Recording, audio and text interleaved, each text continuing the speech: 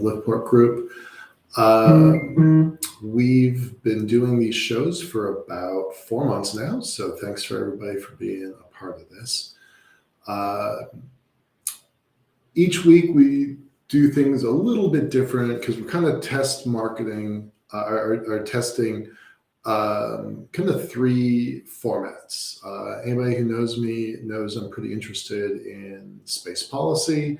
We're going to talk about that quite a bit tonight.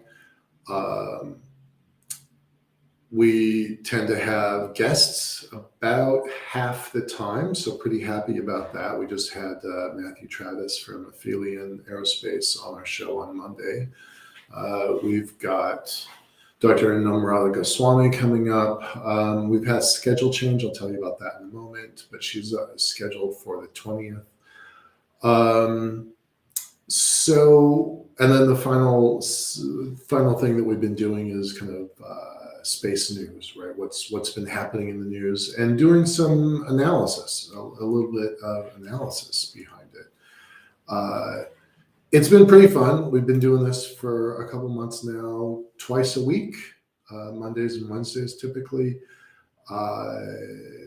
We're now starting to kind of ramp them up, putting them into podcast format so you can listen to them at your leisure. So little by little, the parts are starting to come together. So pretty happy about this. Pretty happy about the shift and the growth and the change that has been happening. So stick with us. We've had some good news recently. We're going to share that news probably in another week or so.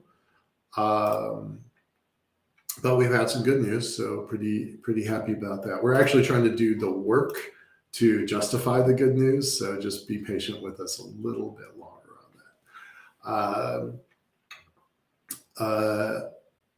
It's a little unconfirmed, but I will be going to Washington. I expect to be going to Washington, D.C. next week. I'm not really sure what that's going to do to our broadcasting schedule. We may cancel it, we may do something short, or we may have somebody filling in. So a little bit TBD on what happens next week while I'm traveling. But I'll be going to Washington, D.C., and there's a bunch of lobbying that gets done. So I'm really excited about that. I did it a long time ago, back in 2004 and 2005. It's terrific getting out there and meeting the various congressmen and senators from all the states. All the states have value and importance to the space sector. So we wound up going to Capitol Hill, and there's a whole community of us. I don't know, I think there's going to be 40 or 50 people, which is about twice what it was the last time I did this. I think people are really excited about being able to do it. The space community does this every year. It's informally, it's called March Storm. I think there's a more formal name for it, but I confess I don't actually know what that more formal name is. And there's kind of three topics that they're tackling. Planetary defense, asking for $200 million to do a planetary defense survey, satellite. 25 million looking for a test for space-based solar power. That's actually, honestly, the main reason I'm going. Back in 2004, 2005, I was expressly forbidden to talk about space-based solar power or space elevators. And you remember, I was actively working on the space elevator back in those days. So it's kind of funny how nearly 20 years later, they're like, not only can they say it, they're actively pitching space-based solar power. So I'm pretty excited about that. For those folks that don't know me very well, the reason I got into space in the first place was space-based solar power. The possibility of clean, green, limitless energy beamed to the 300 largest cities of the world effectively gives 40% of the global population clean, green, limitless energy, and I think that's something worth fighting for. It's the reason I got into space elevator work, actually, because we wanted to do um, space-based solar power, but the rocketry at the time in 2001, 2, and 3, the rocketry wasn't strong enough, and so we kind of abandoned the idea of space-based solar power for a long time. Fortunately, folks have been keeping that fire burning, or at least the embers warm, for 20 years. And now with our new capabilities in rocketry globally, I think we have a real shot at being able to do space-based solar power. Also, it's one of the reasons why we want to build an elevator on the moon, specifically so we can build a construction site at the Lagrange point using lunar resources for the big elements, the raw elements, and ship those panels from the Lagrange point back towards Seattle or Washington, D.C., or Moscow, or any of the other great cities of the world. So that's where I'm going next week. I'm going to Washington, D.C. The third thing that they're focusing on, this policy effort, is there has been a rule called a learning period that the FAA has instigated that basically says, the industry asked the FAA for a learning period that basically says, give us 8 years for this space tourism. And I think everybody knows I don't like that phrase very much, but that's a popular pop culture phrase, so I continue using it. Give us 8 years for this new industry of space tourism to take off. Let's learn what we need to learn. Let's figure out what the rules should be. Let's not put boxes and barriers around this brand new industry. Well, that rule set is about to expire. It's been in place for a long time. Candidly, the industry didn't grow as fast as the original crafters of this idea expected. But this learning period has history. We did it with the internet. We actually did it in the early days of aviation, although it was not officially called a learning period at that time. But during the internet days, it was called a learning period. And it basically says, let's take this new industry, let's give it some free rein, let's let them figure out what's important, let's have some errors, let's make some mistakes, figure out what we as the federal government need and don't need to have our fingers in. And the reality is, this industry, this suborbital tourism industry, or point-to-point that's hoped for, those things haven't grown as fast as people had hoped. It's kind of right in line where I thought it was going to be. I've always been a curmudgeon about the space tourism industry. But the request to the FAA is like, hey, let's give it 8 more years and see what happens. And I think that's really prudent. A friend of mine, Rand Simberg, wrote a book that says failure is an option. And it is basically an indictment of the industry saying, life, health, safety at all costs, even to the point of wrecking potential missions. But if you look back at the early days of air travel, those were pretty rough and tumble cowboy days. A lot of people died in those early days of air travel. And so if you have this ethos of failure is not an option, it means you have to massively, massively over-engineer everything. And maybe not everything needs to be over-engineered. Maybe some things can be partially over-engineered or not over-engineered at all. So that safety ethos, it's great because very few people have died in this industry so far. I think only 3. Not trying to throw not trying to throw Virgin under the bus, but they had 2 people die in a refueling accident and 1 in a flight accident. So I think those are the only 3 that I can think of off the top of my head. There might be more, but I'm not aware of any.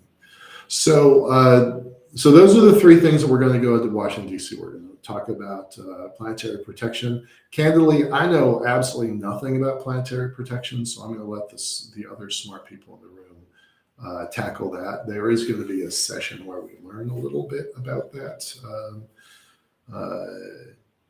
And then there's going to be space-based solar power. I don't know who is going to get that $25 million. If it gets appropriated, if it gets approved. I don't know if that's going to be a NASA-directed experiment. I don't know if the commercial sector is going to be able to tackle that. I certainly hope so. I am fans of people in this industry that have been working on this for a long time. I think everybody who has watched any of our shows go back in time, maybe 2 years ago, Dr. John Mankins. I'm a big fan of what Mankins has done in the industry. He has dedicated his life to space-based solar power the way that I have dedicated mine to elevators, both on the Earth originally and then on the moon now. So I hope that money becomes available for him and other people like him, because there are actually, I learned just recently, there are some funded stealth space-based solar power companies, which I'm pretty amazed at. I worked at one very briefly. It was a terrible experience in my career. So I know how hard it can be to start a business on this idea. So fingers crossed. I'm going to root for the industry, not necessarily for a particular winner. And then the FAA learning period. So that's what I'm going to go to Washington, D.C. for. It'll be Monday, Wednesday, Thursday, and Friday. Doing another project with the Space Frontier Foundation while I'm out there. I'll share the details about that once I return. And that's next week. So I don't know what our schedule is going to be for a show Monday and Wednesday. Part of my team wants to cancel it. Part of my team wants to do it. We haven't decided.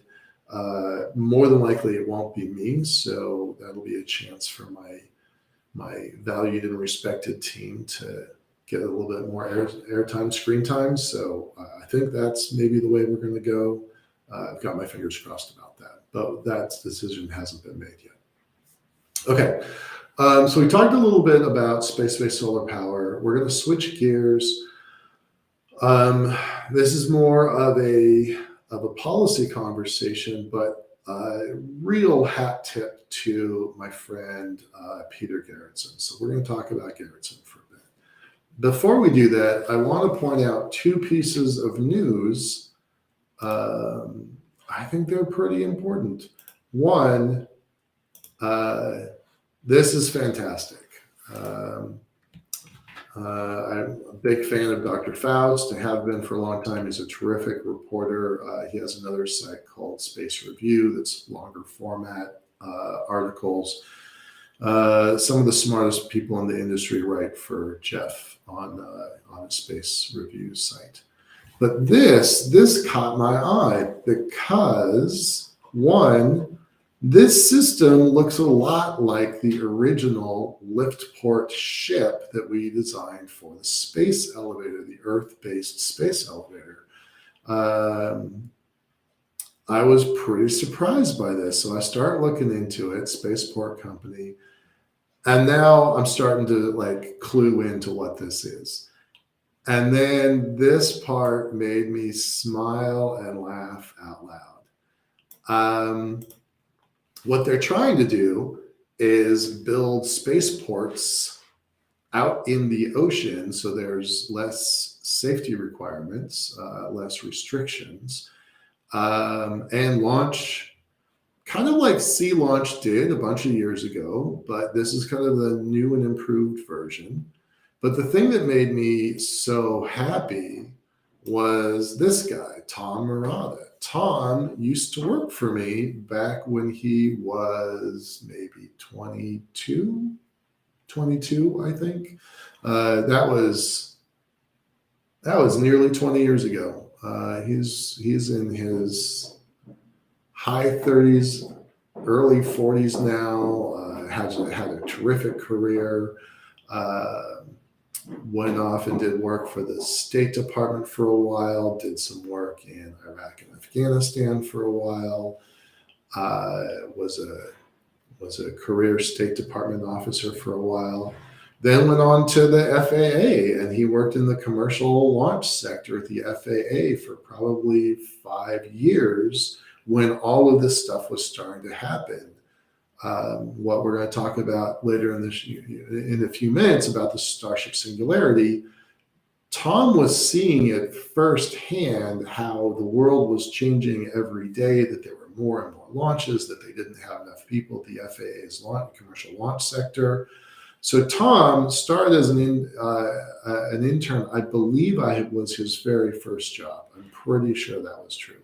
So to see him coming out and becoming the chief executive of his own company and creating something new, and the idea of, let's go build spaceports so that we can launch more rockets. I think that's fabulous. I'm so excited for him. I haven't had a chance to talk to him about this yet, but I guarantee you I'm going to be making some phone calls, and while I'm in DC, I'm going to try and meet up with him. So pretty happy about this. I'll post the article in the chat. You can take a look at it.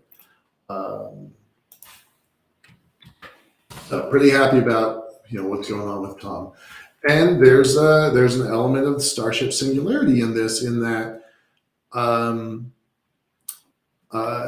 just our guest the other day, we were talking, Matthew, we were talking about how there's 200 launch companies out there right now. He says only 20 will make it. I think it's going to be more than that. I think it's going to be 40 or north of 40 even. I don't think it's 200, but I think it's north of 40. And the idea of having a portable sea-based launch pad is really intriguing, because here's the thing. Where do you put a spaceport next to New York City? You can't. Where do you put a spaceport next to Beijing? You can't.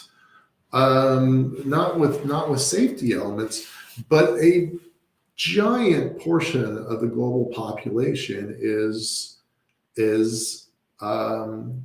located around the oceans, right? Ports and trains, those are the things that bind us all together. So the idea of Murata focusing on a sea-based launch capability, that's pretty darn cool. And I didn't see it coming. I'm not going to pretend that I did. But as soon as I saw it, it just made perfect sense to me.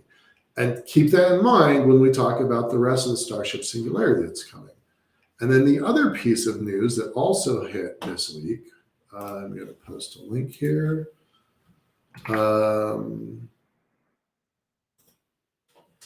This one also caught me totally off guard. And frankly, this one shouldn't have. This one probably I should have seen coming. The idea, and I'd love to know who the sources are, I'd love to know who that is, but the idea that United Launch Alliance might be up for sale, that's a big piece of industry news. That is a game changer from the industry perspective. It's especially interesting because it might be one of the first real indications of the Starship Singularity that we're going to talk about in a minute. But for those who don't know, and I'm being a little bit sarcastic here, just bear with me, but United Launch Alliance has been described as an unholy alliance between Northrop Grumman and Boeing to jointly create rocket solutions. And if there's ever been, if you understand the difference between new space and old space, ULA represents old space. And that's not for me to say that they're terrible, because they actually have a tremendously strong track record. Super expensive. That expense arguably comes from their reliability and testing. It goes back to the argument a minute ago about, how safe is safe enough. And ULA has had a tremendous track record, especially for military and national security uh, contracts. So that they are maybe in trouble, that they are maybe up for sale. And again, we don't have this verified and confirmed yet, but the idea that they might be up for sale, and that, Jeff Bezos might be how this unfolds, I think that's pretty remarkable. ULA has had a monopoly on launching national security missions and science probes, right? So in return for 100% success, ULA received a large launch contracts worth $1 billion annually to maintain launch readiness, right?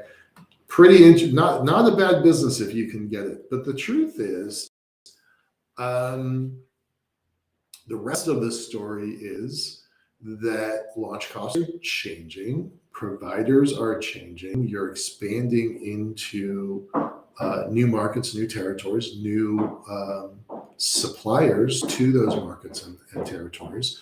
So, and also, because of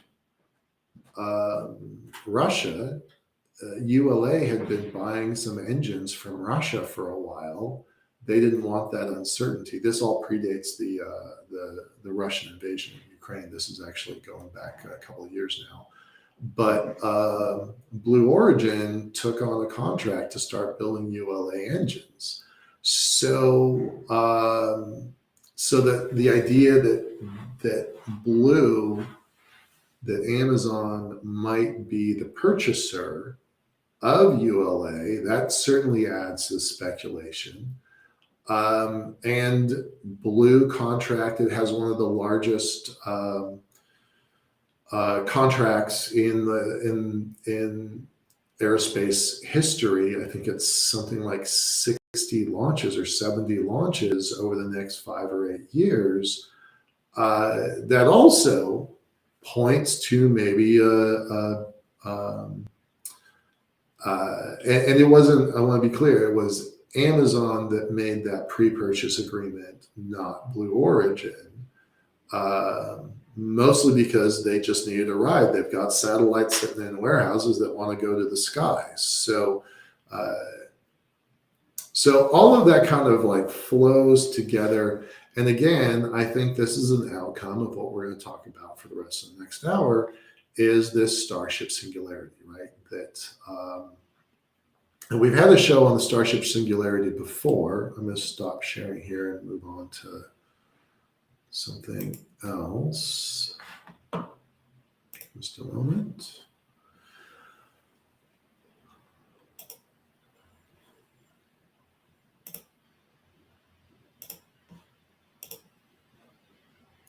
So you've heard me talk about the Starship Singularity many times now.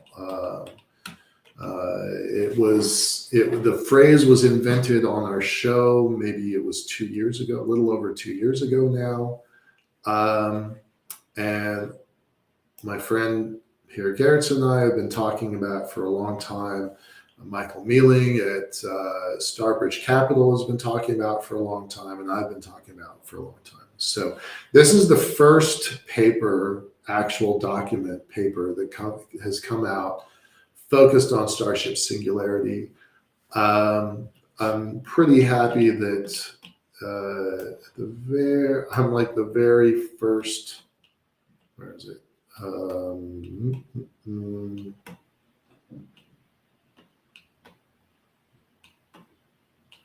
I'm the very first note. So thanks for that, Garrettson. I appreciate that. It's always nice to get credit. But I want to point out that this has always been bigger than me. So I had some friends that were concerned that maybe I'd be upset about him getting his paper out. I've been working on one off and on for half a year now, and honestly have not put that much effort into it. So it was completely fine, and I've known for a long time that Peter was working on this. So not only am I not mad, I'm really pleased and proud that he's gotten this out into the world, because it's really important. And for those who have gotten glimpses of my paper already, my plan was not to have the definitive answer of what the Starship Singularity was going to be. My plan was to build a framework and then invite a variety of authors to contribute. I was going to ask them for 2 or 3 pages, and Garrettson's like, that's not enough. I got 10 pages in me, and that's what this document is.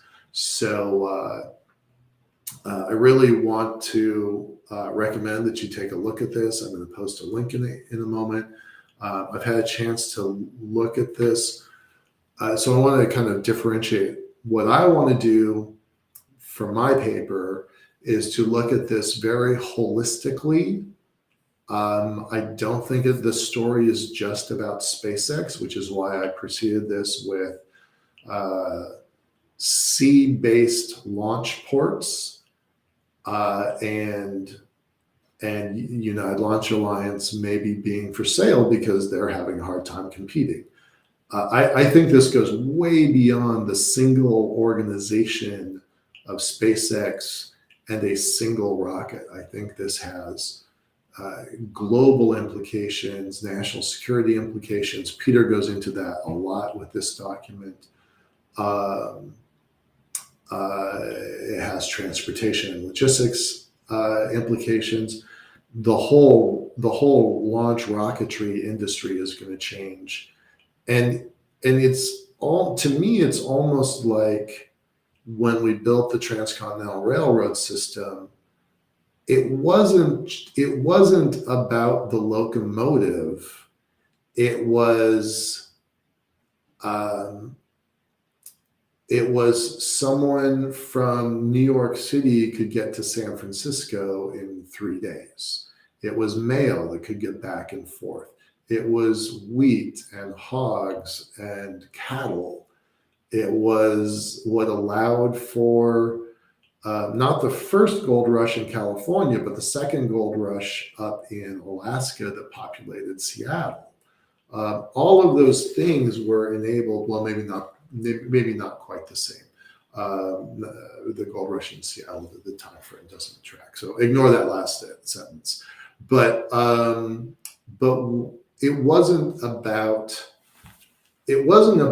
the thing that we call a locomotive. It was the infrastructure, the transportation infrastructure that changed North America, the rest of the globe, and it shrunk the planet, right? That's, to me, the big takeaway. So, Garrettson's written this from a national security, national policy perspective, but I also think it goes to research and development, it goes to medicine, it goes to computing, communications, material sciences.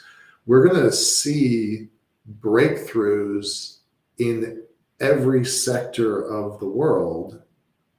And we're never going to think about, here's that locomotive that was so cool. No, it's going to be the global transportation system that's going to change. And by changing the global transportation system,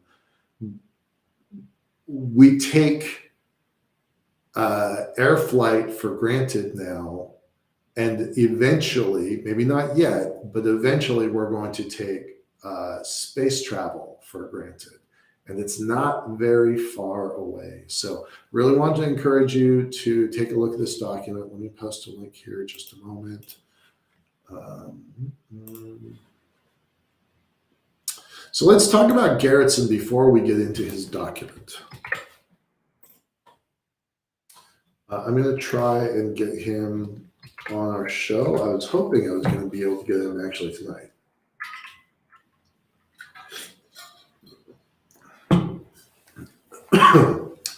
Nevertheless, pardon me. Despite not being able to get him on the show, I thought this document was kind of too important to just let sit. So I wanted to kind of tackle it. Pardon me. So let's dig into this a little bit further.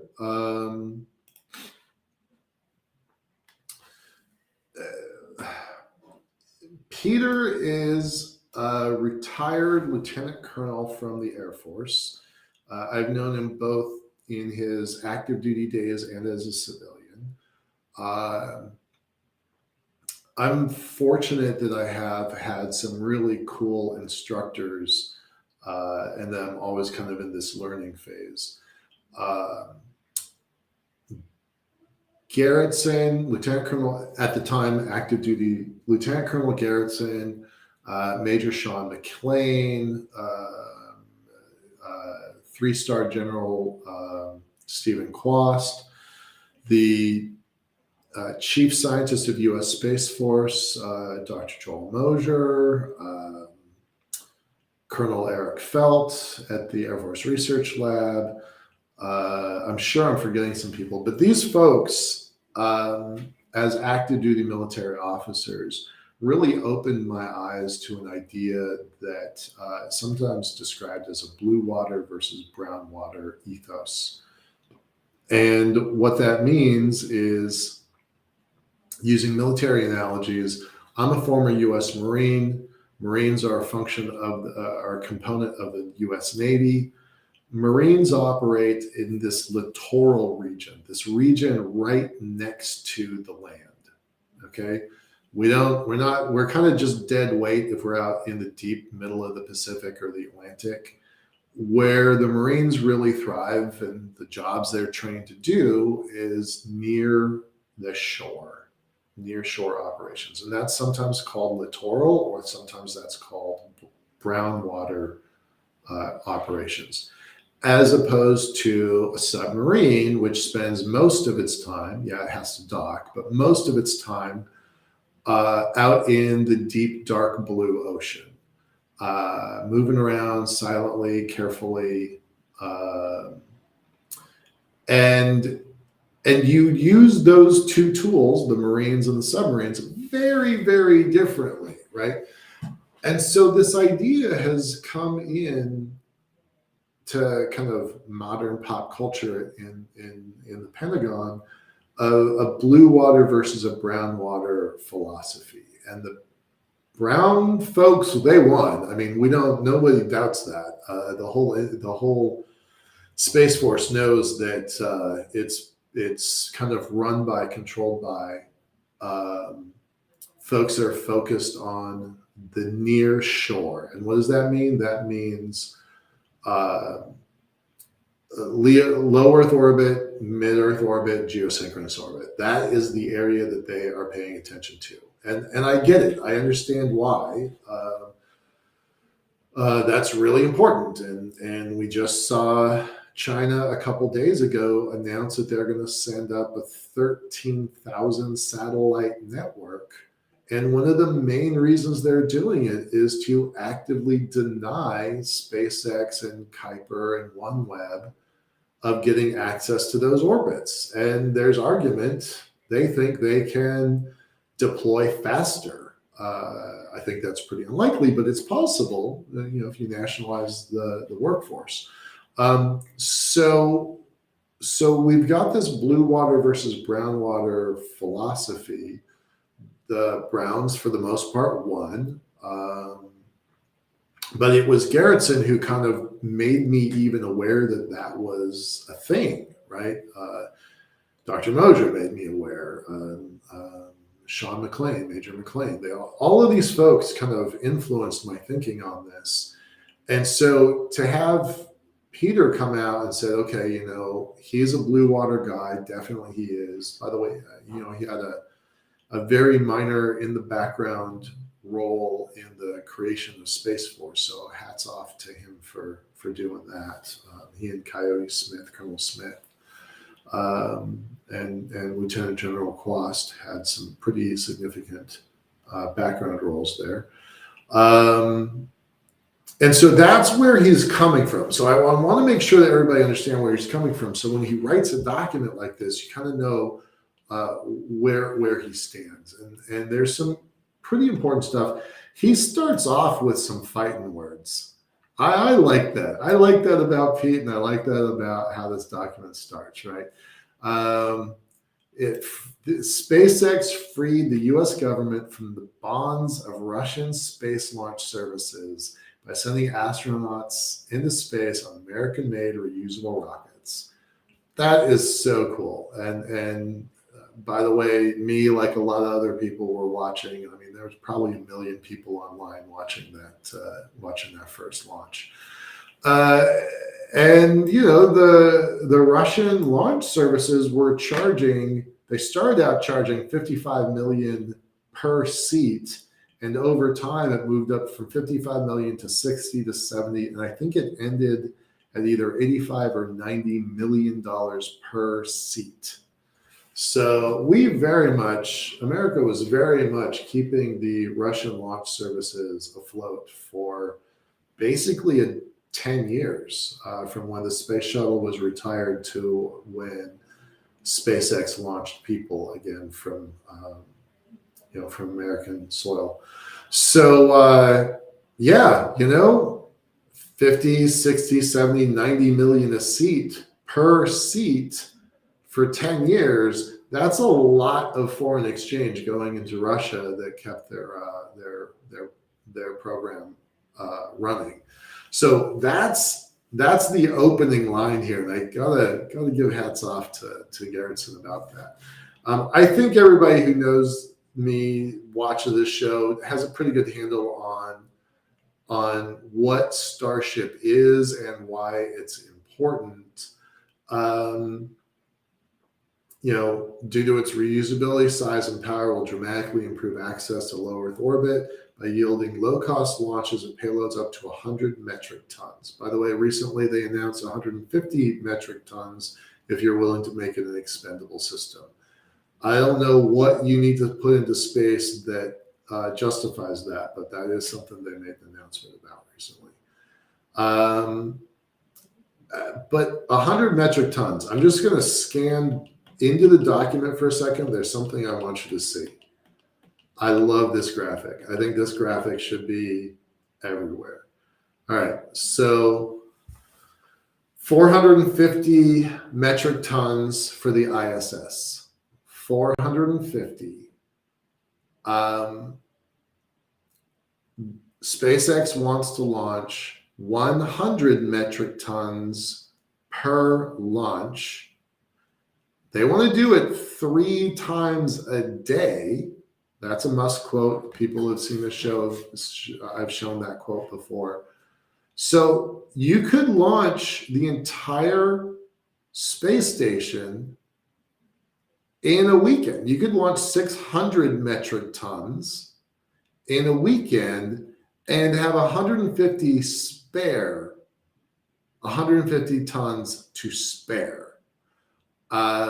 That's how much this rocket is able to do, right? In the whole of humanity, we've only launched 18,000 tons. To give you some perspective, 100 tons is an aircraft carrier, so 20% of an aircraft carrier if you added everything anyone has launched since 1957, right? Anything anyone has launched since 1957 is only 20% of an aircraft carrier. But then if you're launching 3 times a day, 365 days a year, you're launching an aircraft carrier to space every year. That is mind-blowing. That is boggling to me. Like, I've been looking at this thing for 2 years now, and even now I keep being surprised by how big a deal this is. Um,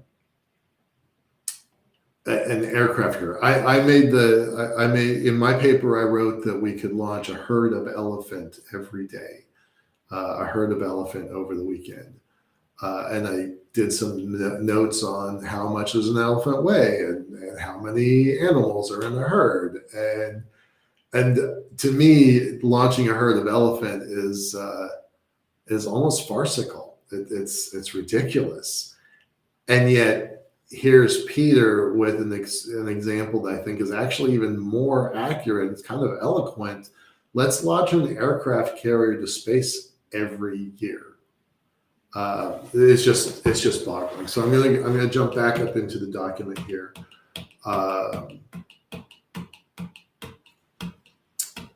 And there we go.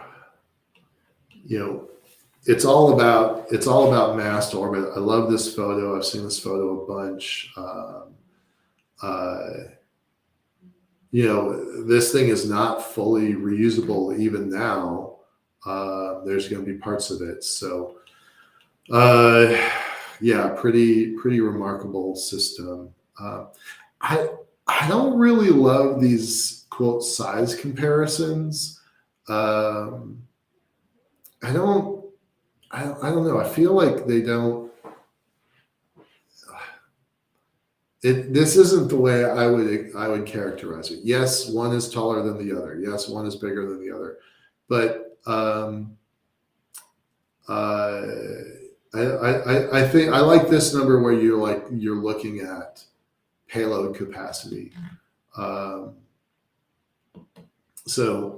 I understand why they did it this way. So here's the thing I think that is super important: this refuelability. Everybody's been focusing on reusability, but refuelability is also a game changer, right?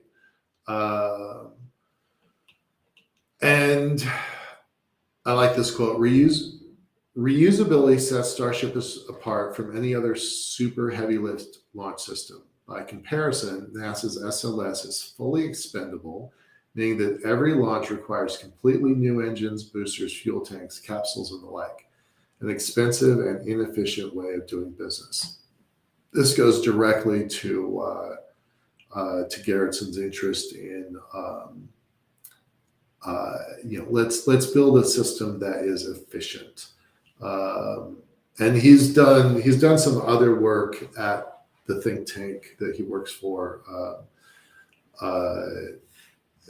looking at what he refers to as budget dust, where he looks at NASA's budget, what's being spent, who's spending it, what are the missions for, and really kind of trying to hold NASA, and also he did the same thing with Space Force, holding them accountable to what their missions and mandates are. But it's this refueling element that I don't think is getting quite enough attention, and the ability to return.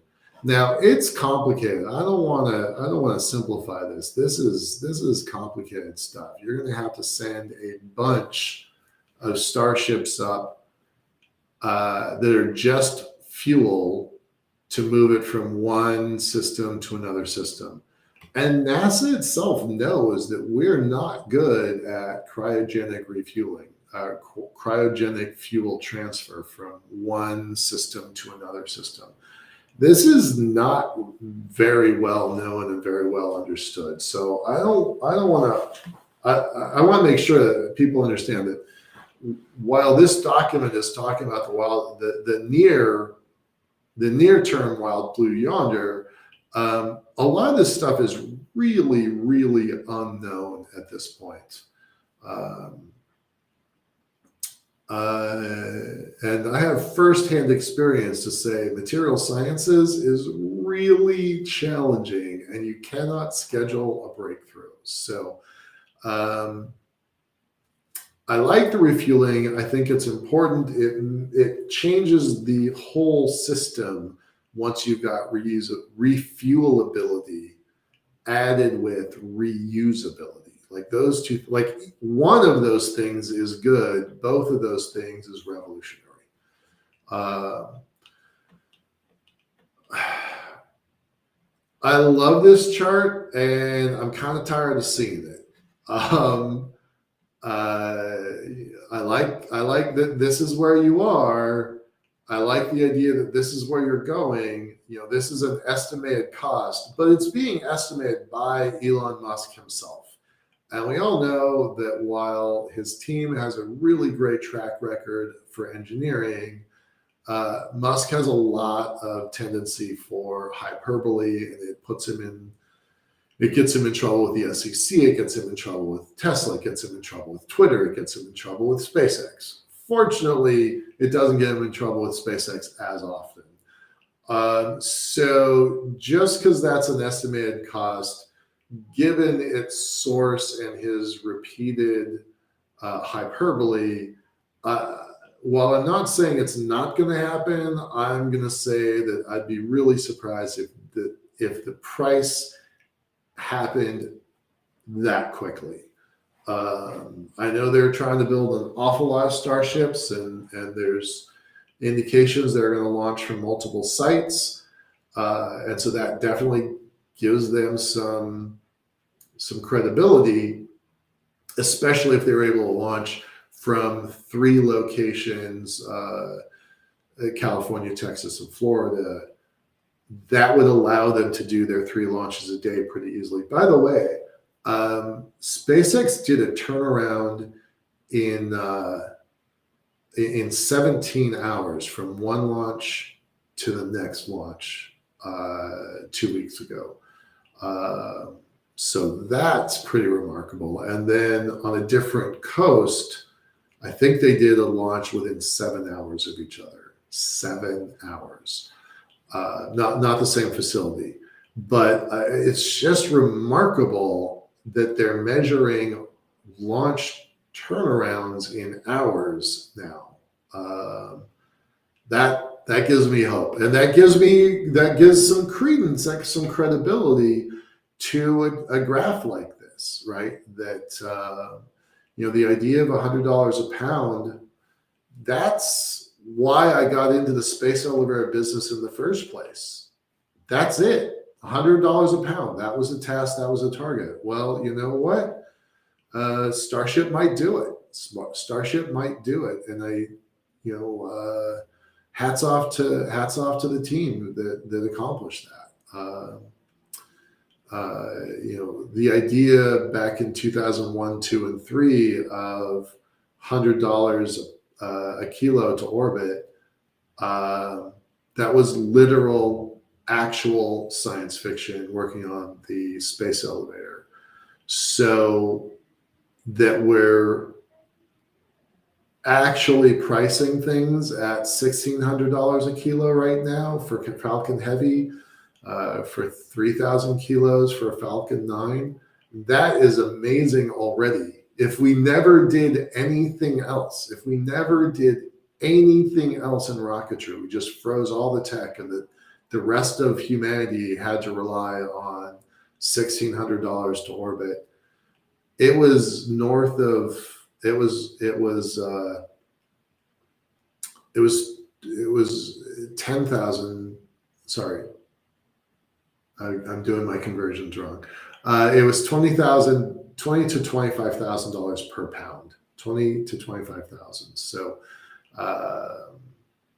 it's crazy that this is the world that we're living in currently, and the idea that it's going to go down to $100 a kilo. I just find that amazing and astounding. And I built my career on the idea of cheap access to space, and this seems to be the path. And I always said when I was working on the elevator that the elevator was going to be a footnote in history to all the other things that it enabled. And I stand by that if you can get these price points, the system that you do it with is not the thing that's going to make history. It's going to be all the things you do with it that make history. And I stick by that. I love that we're going to, really ramp up our access to the moon. Starship will enable a significantly more ambitious lunar program and facilitate substantially faster lunar industrial development.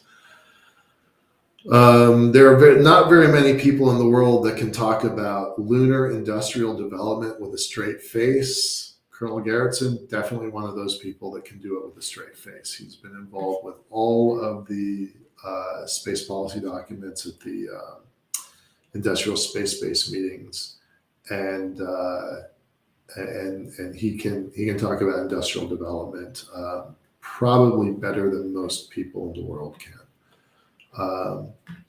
The idea that depending on what the pricing is, that a lunar mission could be anywhere between 100 million and a billion, that's amazing, right? That means going to the moon becomes commonplace. Yeah, I like that idea.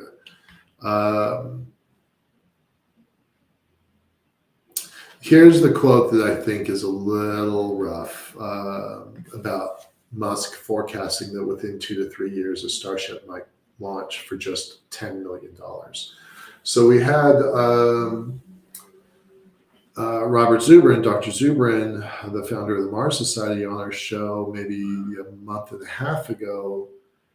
And he was saying, if that's a price point, people are going to start settling Mars at, $50,000, $100,000 per ticket.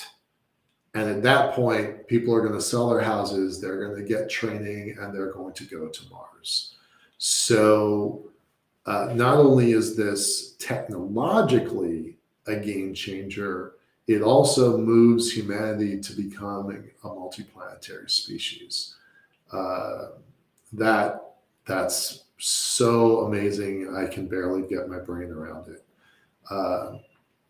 Again, I don't really believe in his time frames, but I do have confidence in his pricing. He's recently, I always hesitate to talk about the person versus the company. So let me clarify that. The company just raised their prices for Starlink by,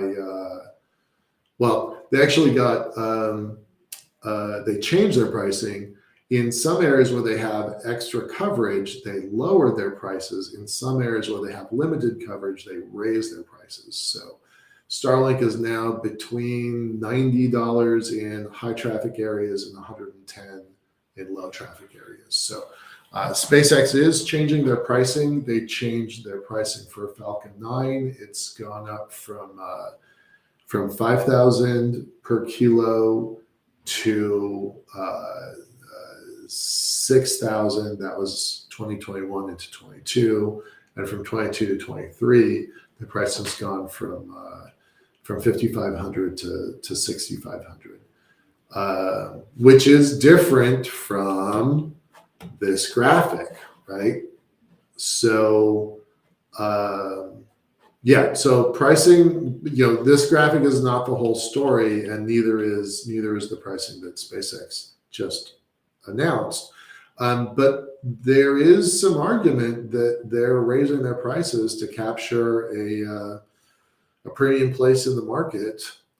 They don't really have a lot of other competitors. All of their competitors are, they've got full manifests for the next 15, 18, 24 months.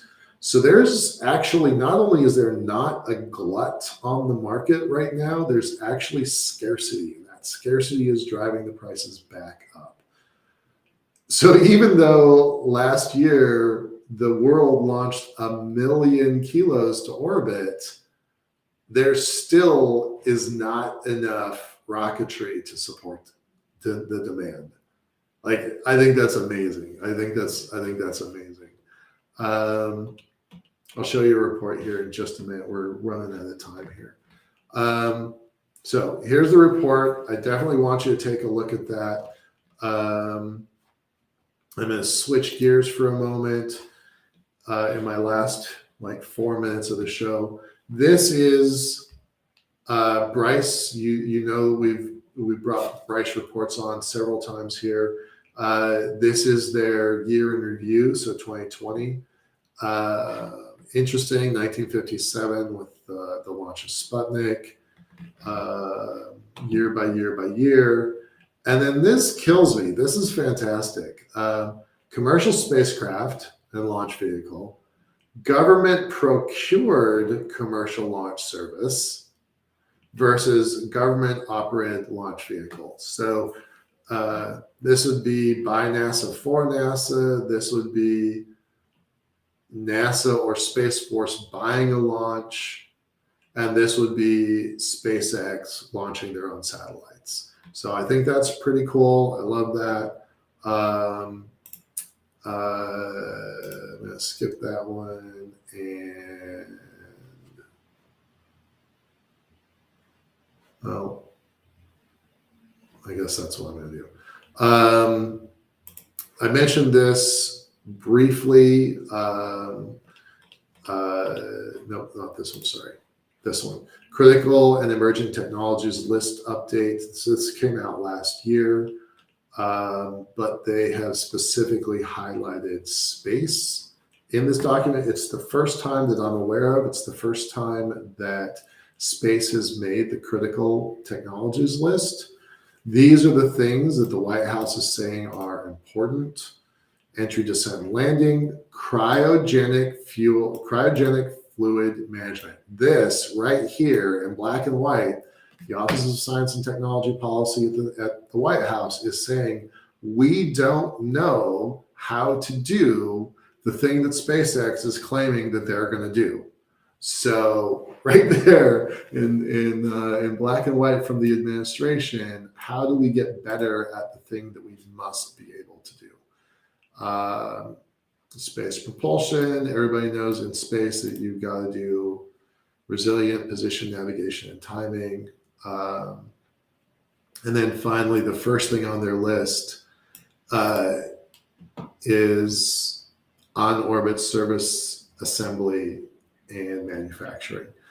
There's a document that the White House put out called ISAM, in space assembly and manufacturing. That's actually a better acronym because we're not going to just do stuff on orbit. We are also going to be doing stuff on the moon and outside of Earth's natural orbits. All right. And with that, I'm going to close down.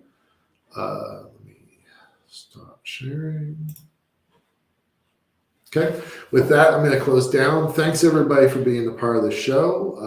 As always, I'm grateful to the audience, my team working really hard. It's good to have Taylor back. Rachel was on a trip to SpaceCon last week. Good to have her back. Jen's always terrific. Leah is celebrating her son's 10th birthday, so she's not on the show today, but glad she's having fun with her family. And we have a new intern going to be joining us in 2 weeks. So, you know, our team is growing. Yusuf is doing his work on our YouTube channel. So little by little, things are starting to kind of get a little bit stronger.